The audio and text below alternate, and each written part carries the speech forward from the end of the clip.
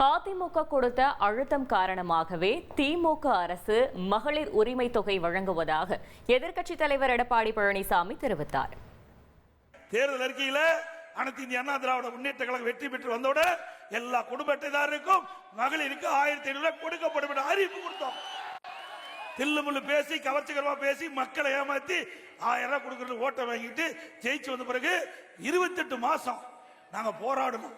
சட்டமன்றத்தில் தொடர்ந்து நான் பேசினேன். அறிவிச்ச செந்தில்நாதன் போல சட்டமன்ற உறுப்பினர்கள் அத்தனை சட்டமன்றத்தில் குரல் கொடுத்து இந்த விடியா திமுக அரசுக்கு அழுத்தம் கொடுத்து அதன் மூலமா தான் 28 மாசம் கழிச்சு மாதந்தோறும் குடும்ப தலைவிக்கு 1000 ரூபாய் உரிமை தொகை கிடைக்குது. இப்போ என்ன இருக்குது?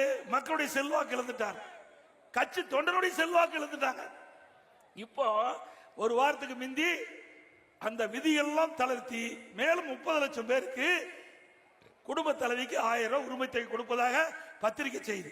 அப்படின்னா இன்னும் 8 மாசம் தான் இருக்குது.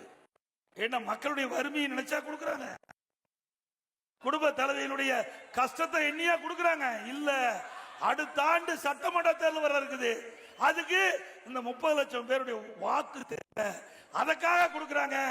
ஆக மக்களை ஏமாற்றி மீண்டும் ஆட்சிக்கு வருவதற்கு ஸ்டாலின் துடிக்கிறார். தயவு செய்து தாய்மார்கள் எண்ணி பார்க்க வேண்டும்.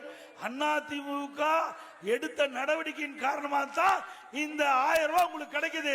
இந்த ஆட்சி வந்த பிறகு 4,38,000 கோடி கடன் வாங்கி இருக்கிறாங்க. 4,38,000 கோடி கடன். இந்த ஆண்டு 25-26 1 லட்சம் கோடி கடன் வாங்குறாங்க. ஆக 5,38,000 கோடி கடன் வாங்கி நம்ம எல்லாம் கடனாளி ஆக்கிட்டாரு. திமுக ஆட்சி வந்த பிறகு எல்லாம் கடன் சுமையை சுமந்துகிட்டு இருக்கிறோம். சாதாரணமா என்னாதீங்க.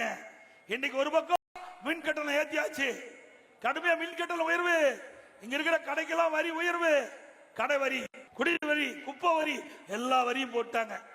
இனி இந்த கடனை எப்படி திருப்பி செலுத்தணும்? மேலும் வரி போட்டு தான் திருப்பி செலுத்தி ஆகணும், வேற வழி கிடையாது. இப்படிப்பட்ட அரசாங்கம் தேவையா? உங்கள் தந்திவன் தொலைக்காட்சியில் கணபதியே வருவாய் தினமும் காலை 7 மணிக்கு காண தவறாதீர்கள்.